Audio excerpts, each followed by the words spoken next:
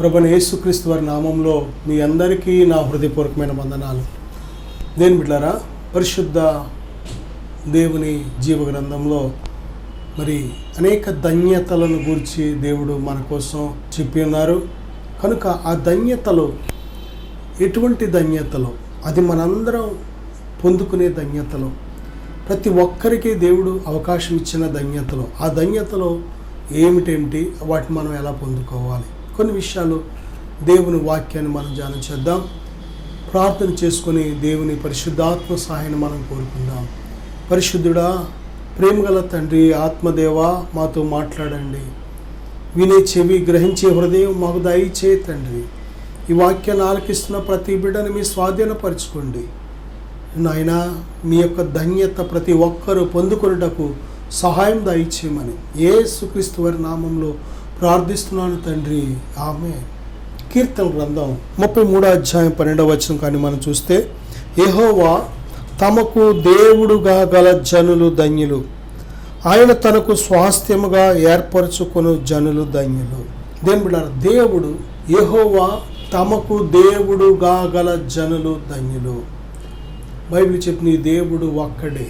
దేవుడు సత్యవంతుడు, దేవుడు ఆత్మ, దేవుడు ఉన్నవాడు అనువాడు, దేవుడు సర్వశక్తిమంతుడు, దేవుడు సృష్టికర్త, దేవుడు సర్వాధికారి, దేవుడు సర్వశక్తిమంతుడు, దేవుడు సర్వోన్నతుడు, దేవుడు నిత్యుడు, దేవుడు జీవాధిపతి, మనలను చేసినవాడు.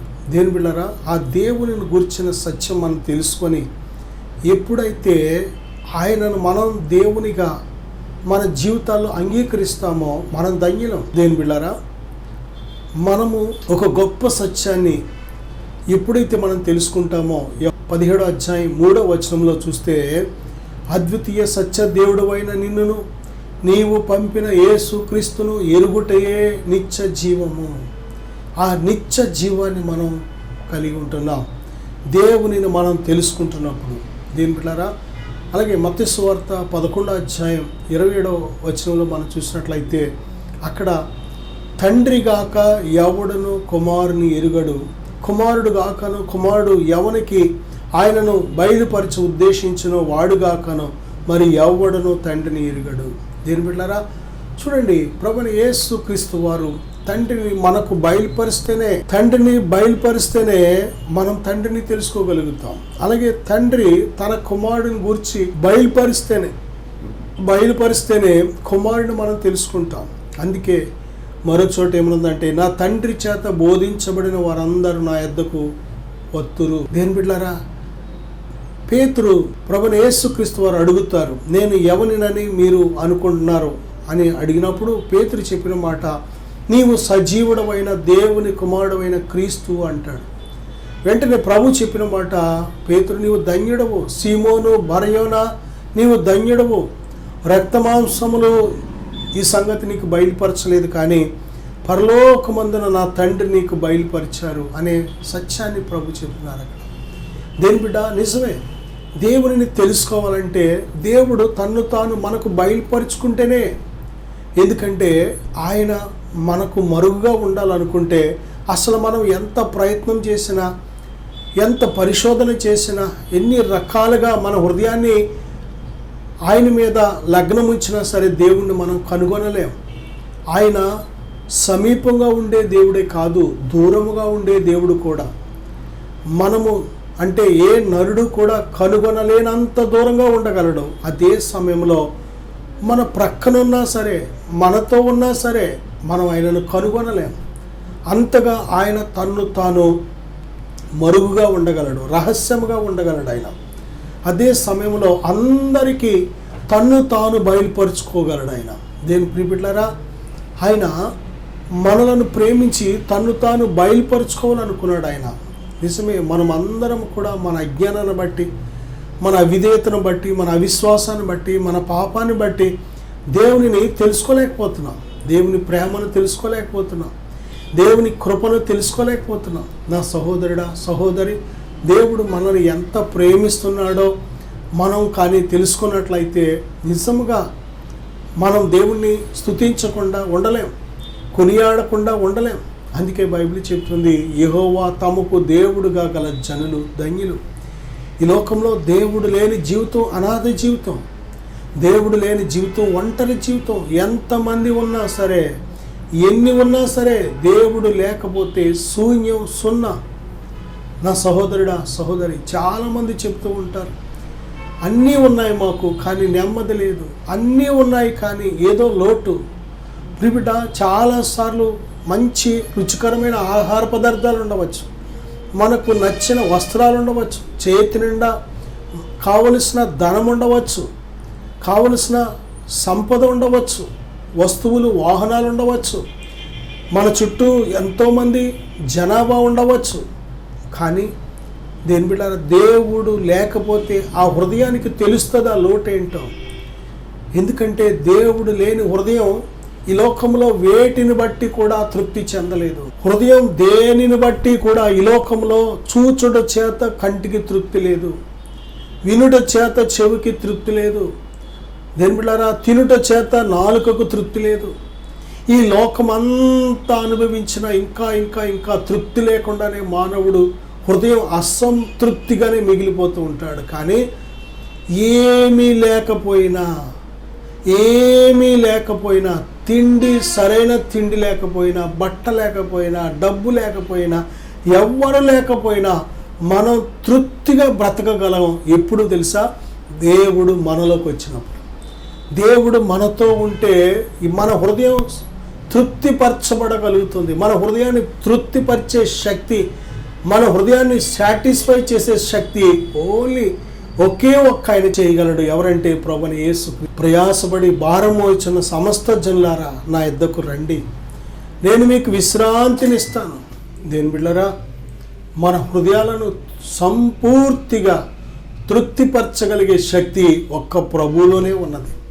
సమరయ పట్టణంలో సమరయ స్త్రీ, ఆమె ప్రభు చెప్పారు కదా, ఆమెకు ఐదుగురు భర్తలు ఉన్నారండి. అంటే ఎంతగా శరీర సంబంధమైన కార్యాలతో ఆమె నిండిపోయిందో చూడండి. ఎంతగా ఆమె హృదయం కామ వికారమైన చేష్టల చేత, అపవిత్రమైన కార్యాల చేత, అపవిత్రమైన సంబంధాల చేత నిండిపోయిందో చూడండి. అయినా సరే ఆమెకు తృప్తి లేదు. దేని బిడ్డలారా, ఒకవేళ ఆమె జీవితం అలాగే వదిలేస్తే ఇంకా ఎన్ని రకాల అక్రమ సంబంధాల చేత ఆమె జీవితం నాశనం అయిపోను. కానీ ప్రభువైన యేసుక్రీస్తు వారు చెప్పారు, నేనిచ్చు నీళ్లు త్రాగువాడు ఎప్పటికీ దప్పికొనడు. నేనిచ్చు నీళ్లు త్రాగువాడు ఎప్పటికీ దప్పికొనడు అని చెప్పగానే, ప్రభువా ఆ జీవజలం నాకు దయచేయి, నేను ఇంత దూరం రాకుండా, నేను దప్పికొనకుండా ఆ జీవజలం నాకు దయచేయమని ఆమె అడిగింది. వెంటనే ప్రభు నీ భర్తను తీసుకురానగానే నాకు పెనిమిటి లేడు అంటుంది. కానీ ఆమెకు ఐదుగురు, ఈ ప్రస్తుతం ఉన్నవాడు ఐదోవాడు కూడా భర్త కాదు. దేని బిడ్డలారా, కానీ ఎప్పుడైతే ఆమె ప్రభు ఇచ్చే తన యొక్క జీవజలాన్ని ఎప్పుడైతే ఆమె పొందుకున్నదో, ఆమె జీవితంలో ఇక పురుషుని గురించిన వాంఛ పూర్తిగా చచ్చిపోయింది. ప్రభు కోసం బ్రతకాలి, పరిశుద్ధంగా బ్రతకాలి, నీతిగా బ్రతకాలి, యథార్థంగా బ్రతకాలి, ప్రభు కోసమే చావైనా బ్రతకైనా ప్రభు కోసమే బ్రతకాలనే గొప్ప దప్పిక, ఆకలి, నీతి కొరకు ఆకలి, దప్పిక ఆమెలో కలిగింది. నా సహోదరుడా, సహోదరి, అందుకే యెహోవా దేవుడుగా గల జనులు ధన్యులు. ఆయన సన్నిధి మనల్ని తృప్తిపరిచే సన్నిధి, మనకు నెమ్మదిచ్చే సన్నిధి, మన కన్నీరు తుడిచే సన్నిధి. ఆయన మనలో ఉన్నప్పుడే మనం అన్నీ కలిగిన వారం. ఆయన మనలో ఉన్నప్పుడే అన్నీ కలిగిన వారం. ప్రతీదీ కూడా ఆయన చిత్తానుసారంగా ఆయన సమయంలో ఇచ్చే దేవుడు ఆయన. అందుకే ప్రభు చెప్తున్నారు మార్క్స్ వార్త 11లో, మీరు అడుగుచున్న వాటిని ఎల్లను, మీరు ప్రార్థన చేయనప్పుడు అడుగుచున్న వాటిని ఎల్లను పొంది ఉన్నామని నమ్మండి, అప్పుడు అవన్నీ మీకు అనుగ్రహించబడను. అంతే. ఎందుకంటే అన్నీ ధారాళముగా ఇచ్చే దేవుడు మనతో ఉండగా, ఆ దేవుడిని మనం ఎప్పుడైతే దేని బిడ్డలారా నమ్ముతున్నామో, ఆయన మంచితనం, ఆయన యొక్క దయ, ఆయన కనికరం, ఆయన గొప్పతనం, ఆయన నమ్మకత్వం, ఆయన యథార్థ హృదయం, ఇవన్నీ కూడా మనం తెలుసుకుంటున్నామో, మనకు దేవుని మీద సంపూర్ణమైన నమ్మిక కలుగుతుంది. ప్రతీది కూడా దేవుడు కావలసిన మన అవసరతలన్నిటినీ కూడా ఆయన మహిమలో తీరుస్తాడు. నిబ్బరం కలిగి ధైర్యంగా ఉండగలుగుతాం. ఆకాశ పక్షులను పోషిస్తున్న దేవుడు నేను పోషించే దేవుడు. అడవి గడ్డి పువ్వులను ఎంతో అందంగా అలంకరించిన దేవుడు నిన్ను కూడా అలంకరించే దేవుడు. దేని బిడ్డ, ఏ విషయంలో దేవుడు నిన్ను సిగ్గుపరచడో. ఈ లోకంలో కొన్ని శ్రమలు వస్తాయి, మన మేలు కోసమే దేవుడు శ్రమను అనుమతిస్తున్నాడు. శ్రమ వచ్చినంత మాత్రాన మనం పాపులం కాదు. శ్రమ వచ్చినంత మాత్రాన మనం దేవునికి దూరమైనట్టు కాదు. శ్రమ వచ్చినంత మాత్రాన ఎక్కడో పొరపాటు చేసేసేమో కాదు. దాని అర్థం శ్రమ కేవలం మేలు చేయడానికే దేవుడు అనుమతిస్తున్నాడు. మన ఆత్మీయ జీవితాన్ని బలపరచడానికే దేవుడు అనుమతిస్తున్నాడు. మనం ఆత్మీయ జీవితంలో మరొక మెట్టు ఎక్కడానికి దేవుడు అనుమతిస్తున్నాడు. శ్రమను ఎందుకు అనుమతిస్తున్నాడు అంటే మన ముందున్న ప్రయాణం చాలా శక్తివంతమైనది. ఆ ప్రయాణానికి కావాల్సిన సిద్ధపాటు కోసమే ఆ శ్రమను అనుమతిస్తున్నాడు. శ్రమ ద్వారా మనకి మేలే తప్ప ఏమాత్రము కీడు కాదు. కొద్దిసేపు శ్రమ మనల్ని సిద్ధపరుస్తుంది. ముందున్న ప్రయాణానికి మన డైరెక్షన్ సిద్ధపరుస్తుంది, మనల్ని బలవంతులుగా చేస్తుంది. దేని బిడ్డ, శ్రమ లేకపోతే దుర్బీజులు మనం ఎందుకు పనికిరాం. దేవునికి ఉపయోగపడే పాత్రలుగా మనల్ని సిద్ధపరచడానికే దేవుడు సమస్తం సమకూర్చి జరిగిస్తూ ఉంటాడు. సమస్తం మనకు మేలు చేయడానికే సమస్తం సమకూర్చి జరిగిస్తూ ఉంటాడు. అందుకే బైబిల్ చెప్తుంది, యెహోవా దేవుడుగా గల జనులు ధన్యులు. నువ్వు దేవునిగా నీ జీవితంలో కలిగి ఉంటే నువ్వు చాలా ధన్యుడవు, ధన్యురాలవు. నా సహోదరుడా, సహోదరి, కీర్తన గ్రంథం 65 అధ్యాయం 4వ వచనంలో, నీ ఆవరణములో నివసించినట్లు నీవు ఏర్పరచుకొని చేర్చుకునేవాడు ధన్యుడు. దేవుని ఆవరణలో నివసించినట్లు ఆయన ఏర్పరచుకొని చేర్చుకునేవాడు ధన్యుడు. దేవుని యొక్క ఆవరణం అంటే దేవుని సన్నిధి. అందుకే దావీదు ఆయన సన్నిధి అంటే ఆయన ఆవరణం యొక్క ప్రాముఖ్యత ఏంటో, దాని శక్తి ఏంటో తెలుసు కనుకనే ఒక మాట అంటున్నాడు, దేవా నన్ను నీ సన్నిధిలో నుండి గెంటి వేయద్దు, నీ పరిశుద్ధాత్మ నాలో నుండి తీసివేయద్దు. ఆయన సన్నిధి, ఆయన ఆత్మ ఒక్కటే. ఆయన ఆత్మ నీతో ఉంటేనే ఆయన సన్నిధి నువ్వు అనుభవించగలుగుతావు. ఆవరణం అంటే ఒక స్థలానికి సంబంధించింది కాదు ఆ మాట. ఆవరణం అంటే ఆయన సన్నిధి. ఆయన సన్నిధిలో నువ్వు ఉంటేనే దేని బిడ్డారా నువ్వు ధన్యుడవు. నిజమే, ఆయన సన్నిధికి దూరంగా ఉండి మనము ఏమీ చేయలేం. ప్రియబిడ్డలారా, ఆయన సన్నిధి మనల్ని బలపరిచేది. ఆయన సన్నిధిలో ఆలోచన జరుగుతుంది, ఆయన సన్నిధిలో నడిపింపు జరుగుతుంది, ఆయన సన్నిధిలో మన మార్గం సరళం చేయబడుతుంది. ఆయన సన్నిధే మనకు నిత్యము కాపుదల భద్రతను దయచేస్తుంది. అబ్రహాం ఏమంటాడో తెలుసా, నేను ఎవని సన్నిధిలో నివసించుచున్నాను, ఆ దేవుడు నీకు ముందుగా తన దూతను పంపిస్తాడు. ప్రియబిడ్డలారా, అపొస్తలుడైన పౌలు అంటాడు కదా, నేను ఎవరిని సేవించుచున్నాను, ఆయన తన దూతను పంపించాడు అంటున్నాడు. నిజమే, మనము దేవుని సన్నిధిలో జీవించాలే కానీ దేవుడు మన కార్యాలను సఫలపరిచే దేవుడు, మనకు ముందుగా తన దూతను పంపించే దేవుడు ఆయన. ప్రియబిడ్డ, ఆయన సన్నిధిలో మనం నిత్యము బ్రతకాలి. కయీను పాపము చేసినప్పుడు, తన తమ్ముడైన హేబేల్ని చంపినప్పుడు దేవుడు ఏం చేశాడు అంటే ఆయన సన్నిధిలో నుంచి గెంటి వేసేసాడు. ఆయన సన్నిధిలోంచి గెంటి వేయబడిన మరుక్షణమే ఏడుస్తున్నాడు, రోధిస్తున్నాడు, అయ్యో నేడు నువ్వు నన్ను నీ సన్నిధిలో నుండి గెంటి వేసేసావు అని ఎంతో రోధిస్తున్నాడు. కానీ సమయం అయిపోయింది. ఎప్పుడైతే పాపము చేశాడో దేవుని సన్నిధిలో నుంచి గెంటి వేయబడ్డాడు, భ్రష్టుడిగా దేశదిమ్మరిగా మారిపోయాడు. తన జీవితం ఎందుకు బ్రతుకుతున్నాడో అర్థం లేని జీవితంగా మారిపోయింది. దేని బిడ్డలారా, ఈరోజు దేవుని సన్నిధికి దూరంగా బ్రతుకుచున్న వారు ఎంతోమంది. దేవుడు ఆయన ఆవరణములో అంటే ఆయన సన్నిధిలో నివసించినట్లు ఏ నరుడిని దేవుడు చేర్చుకుంటాడో వాడు ధన్యుడు. ఆయన సన్నిధి మాధుర్యం నువ్వు ఎరిగినట్లయితే, ఆయన సన్నిధిలో ఉండే శక్తి రుచి నువ్వు ఎరిగినట్లయితే, ఆయన సన్నిధికి నువ్వు ఎంత మాత్రమో దూరం అవ్వవు. ఆయన పరిశుద్ధ ఆత్మని ఎంత మాత్రము నువ్వు గాయపరచవు. ఆయన పరిశుద్ధ ఆత్మను నిత్యము నువ్వు ప్రేమిస్తావు, గౌరవిస్తావు, సేవిస్తావు, లోబడతావు, వెంబడిస్తావు, ఆయనను మహింపరుస్తావు, ఆయనను హత్తుకొని బ్రతుకుతావు. ఆయన ఆత్మకు దూరముగా మనం ఏమి చేసినా వర్ధిల్లలేము. దేని బిడ్డారా, ఆయన సన్నిధిలో, ఆయన ఆవరణములో మనం నిత్యము నివసించే వారిగా ఉంటే మనం చాలా ధన్యులం. కీర్తన 84వ అధ్యాయం 5వ వచనంలో, నీ వలన బలమునందు మనుష్యులు ధన్యులు, యాత్ర చేయు మార్గములు వారికి అతి ప్రియములు. దేవుని వలన బలమునందు మనుష్యులు ధన్యులు, దేవుని వలన బలమునందు మనుష్యులు ధన్యులు. పేతురు రాసిన పత్రికలో కూడా ఒక మాట ఉంటుంది, క్రీస్తు నిమిత్తము మీరు నింద పాలైన ఎడల మహిమా స్వరూపైన ఆత్మ మీ మీద నిలుచుచున్నాడు కనుక మీరు ధన్యులు. ప్రియబిడ్డలారా, చాలాసార్లు ఈ లోకంలో ఉన్నాం కనుక ఈ లోకంలో కొన్నిసార్లు నిందలు వరద వలె వస్తూ ఉంటాయి. నువ్వే తప్పు చేయక్కర్లేదు, ఏ పాపము చేయక్కర్లేదు. మనుషులు మత్తయి సువార్త 5వ అధ్యాయం 11వ వచనంలో, ఆయన నామము నిమిత్తము మనుషులు మనలను నిందించి హింసించి మన మీద చెడ్డ మాటలెల్లా పలుకున్నప్పుడు మనం ధన్యులం. ఆ దినమందు సంతోషించి ఆనందించండి, పరలోకమందు మీ ఫలము గొప్పదైనని ప్రభు వాగ్దానం చేశారు. ఆయన నామము నిమిత్తము మనుషులు నిందించి హింసించి అవసరమైతే కొన్నిసార్లు అబద్ధముగా లేనిపోయిన చెడ్డ మాటలు పలుకుతూ ఉంటారు. భయపడకు, కృంగిపోవద్దు. నువ్వు ధన్యుడవు, ధన్యురాలు. సంతోషించు, ఆనందించు. మనకు గొప్ప ప్రతిఫలాన్ని దేవుడు ఇవ్వడానికే ఆ పరిస్థితులు అనుమతిస్తున్నాడు దేవుని ప్రియబిడ్డ. అందుకే బైబిల్ చెప్తుంది, చాలాసార్లు మన బలము, మన శక్తి, మన సామర్థ్యతలు ఫెయిల్ అయిపోతున్నప్పుడు, ఇక నాకు ఏ ఆధారం లేదు అనుకుంటున్నప్పుడు ఏ మాత్రము కూడా నువ్వు భయపడవలసిన పని లేదు. ఇదిగో దేవుడు తన బలాన్ని నీకు అందివ్వడానికి సిద్ధంగా ఉన్నాడు.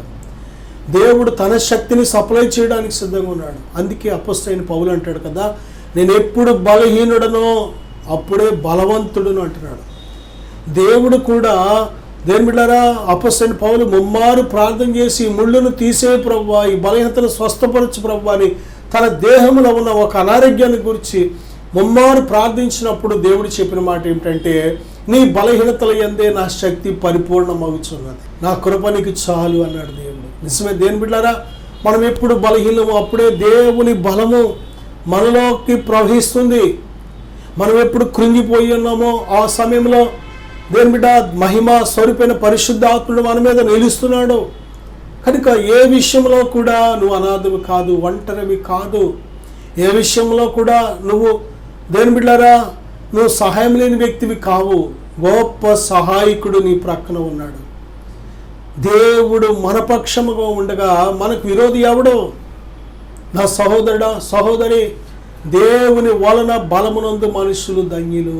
బైబిల్ చెప్తుంది, యెహోవా కొరకు ఎదురు చూసేవారు నూతన బలము కలిగి పక్షిరాజు వలె సొమ్మసిల్లక పైకి ఎగురుదురని బైబిల్ చెప్తుంది. ఆత్మీయ జీవితంలో సొమ్మసిల్లిపోతున్నావా? ఆత్మీయ జీవితంలో కృంగిపోతున్నావా? ఇక నేను ఎగరలేను, ఎలాగా నా బ్రతుకు, రేపు ఎలాగా నా భవిష్యత్తు ఏంటి అని కృంగిపోతున్నావా? కాదు. నిన్ను ప్రేమిస్తున్న దేవుడు కునుకడు, నిద్రించడు. నిన్ను కాపాడుచున్న దేవుడు నిన్ను విడిచిపెట్టడు. అన్ని పరిస్థితుల్లో నీకు తోడుగా ఉన్నాడు. దేని బిడ్డ, న్యాయము అనుసరించువారు ఎల్లవేళలా నీతిని అనుసరించి నడుచుకుని వారు ధన్యులు. కీర్తన 106 వచనంలో, యెహోవా ధర్మశాస్త్రమును అనుసరించి నిర్దోషముగా నడుచుకుని వారు ధన్యులు. కీర్తన 119 అధ్యాయం 1 వచనంలో, ఆయన శాసనములను గైకొనుచు పూర్ణ హృదయముతో ఆయనను వెదకువారు ధన్యులు. కీర్తన 119 అధ్యాయం 2 వచనంలో. దేని బిళ్ళరా, యెహోవా యందు భయభక్తులు కలిగి ఆయన త్రోవల యందు నడుచువారు అందరూ ధన్యులు. కీర్తన 128 అధ్యాయం 1 వచనంలో. కీర్తన 146 అధ్యాయం 5 వచనం మనం చూస్తే, ఎవనికి యాకోబు దేవుడు సహాయుడగునో, ఎవడు తన దేవుడైన యెహోవా మీద ఆశ పెట్టుకొనునో వాడు ధన్యుడు. దేని బిడ్డారా, దేవునిని అనుసరించేవారు ధన్యులు, దేవుని నమ్ముకునేవారు ధన్యులు. ఎవనికి యాకోబు దేవుడు సహాయుడగునో, ఎవడు తన దేవుడని యెహోవా మీద ఆశ పెట్టుకొనునో వాడు ధన్యుడు. దేవుడు నమ్ముకోవడమే కాదు, దేవుని మీద ఆశ పెట్టుకో. ఆయన ఆశ కలిగిన ప్రాణాన్ని తృప్తిపరిచే దేవుడు.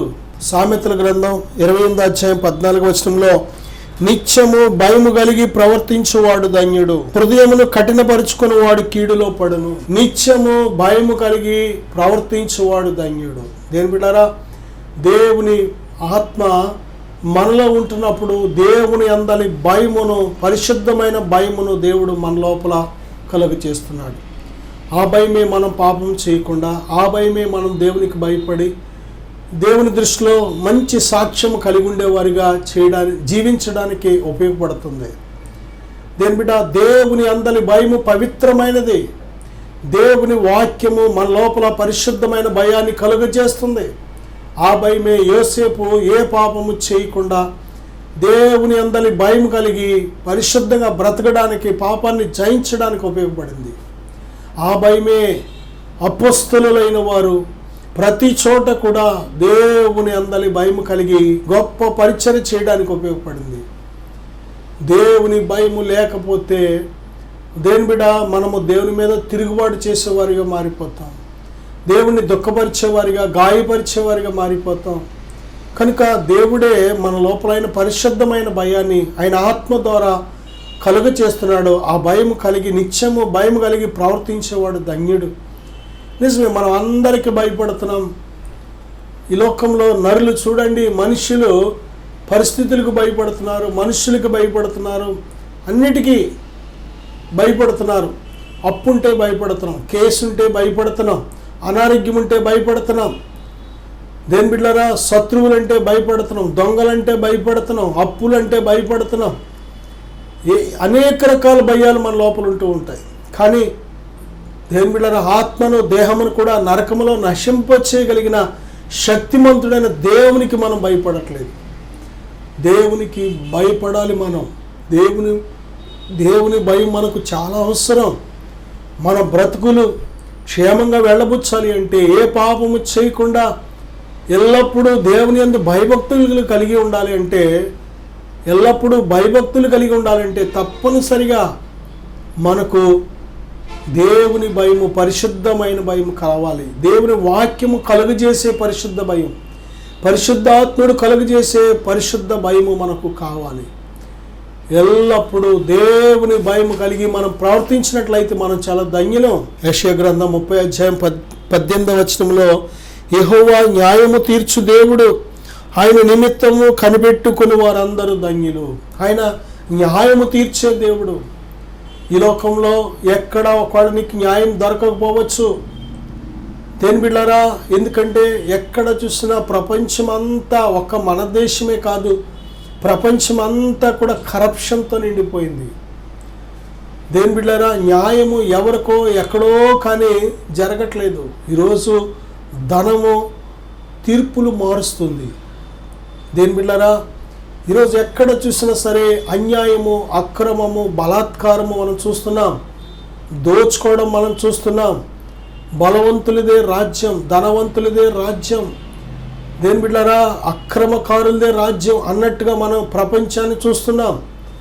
ఈ లోక పరిస్థితులు మనం చూస్తుంటే చాలామంది భయపడుతూ ఉంటారు. నిజమే దేని బిడ్డలారా, కానీ ఇదిగో దీనుల పక్షంగా, నీతిమంతుల పక్షంగా, యథార్థవంతుల పక్షంగా, బీదల పక్షంగా ఒక ఆయన ఉన్నాడు, న్యాయవంతుడు, న్యాయాధిపతి అయిన దేవుడు ఉన్నాడు. ప్రియబిడ్డ, ఆయన న్యాయము తప్పడు. ఆయన ఎల్లప్పుడూ వారికి న్యాయం చేయడానికి సిద్ధంగా ఉన్నాడు ఆయన. కనుక ఆయన కోసం మనం కనిపెట్టుకుంటే తప్పనిసరిగా మనకు న్యాయం దొరుకుతుంది. దేవుడు న్యాయం చేసే దేవుడు. ప్రియబిడ్డలారా, ఆయన కోసం మనం కనిపెట్టుకుంటున్నప్పుడు తప్పనిసరిగా దేవుడు న్యాయకర్త.